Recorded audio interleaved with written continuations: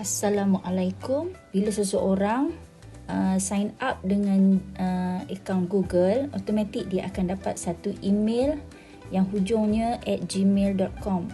Kita juga dapat Google Drive. Dulu saya pun tak tahu Google Drive ni. Saya ingatkan panduan untuk orang yang nak memandu. Tapi Google Drive ni sebenarnya ialah satu ruang simpanan yang kita boleh gunakan untuk simpan dokumen-dokumen kita, tapi dia simpan di alam maya. Hari ini kita akan tengok macam mana kita boleh gunakan Google Drive dalam memudahkan kita berkongsi bahan dengan murid-murid. Ini contoh bahan yang saya nak kongsikan dengan murid saya. Kita uruskan dulu supaya dia di-upload ke Google Drive kita. Saya pakai device Apple. Kalau anda gunakan peranti Android yang lain ataupun desktop ataupun laptop, kita cari saja butang untuk fungsi upload ni. Sekarang dia baru berada di peranti. Jadi saya cari simbol segitiga ni. Okey. Bersebelahan dengan Gmail ni. Okey. Google Drive saya tekan. Okey, dalam peranti saya ni ada banyak akaun. Kalau kita sign up dengan Gmail biasa, contohnya macam Hasnodi ni @gmail.com, kita diberi ruang simpanan yang terbatas iaitu 15 GB sahaja, berbanding kalau kita sign up dengan MOE, ruang simpanan kita unlimited.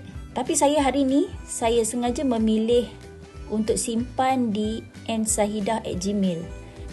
Jadi sekarang ni saya upload dulu. Kenapa saya memilih email biasa, nanti saya akan terangkan.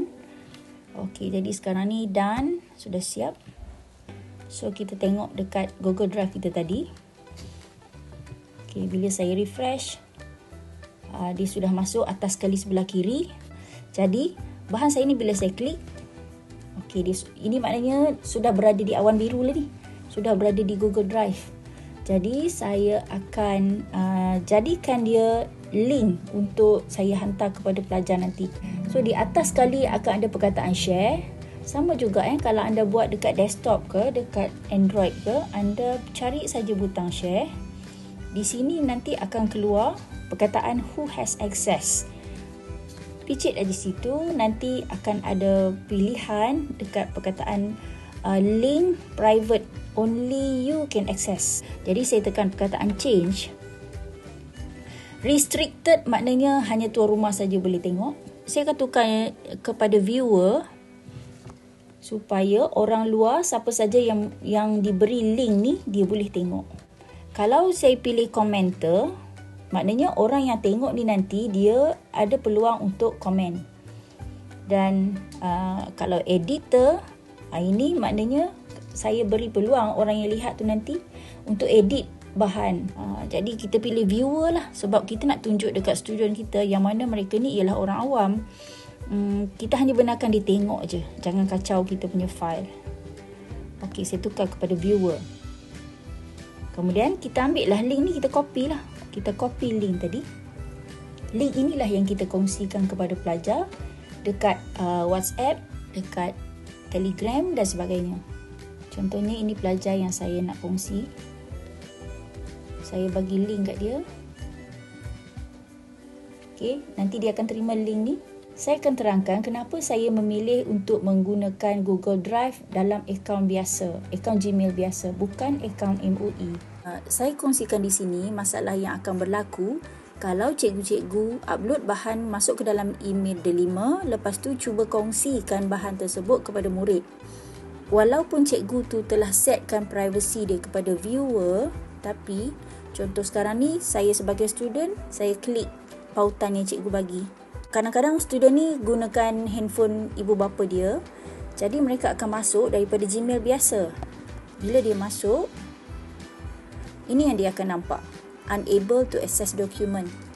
Sebab dia akan cakap bahawa kita di luar organisasi, jadi kita tidak berhak untuk masuk.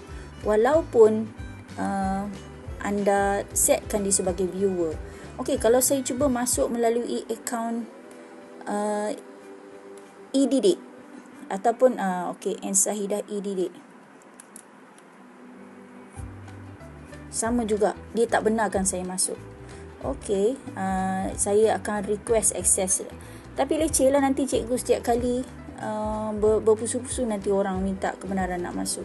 Okey, saya cuba lagi masuk menggunakan akaun MOE tapi yang versi student punya.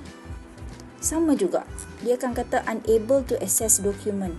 Jadi kita tak boleh gunakan Google Drive dari email delima untuk dikongsikan dengan orang luar. Kena pakai email biasa.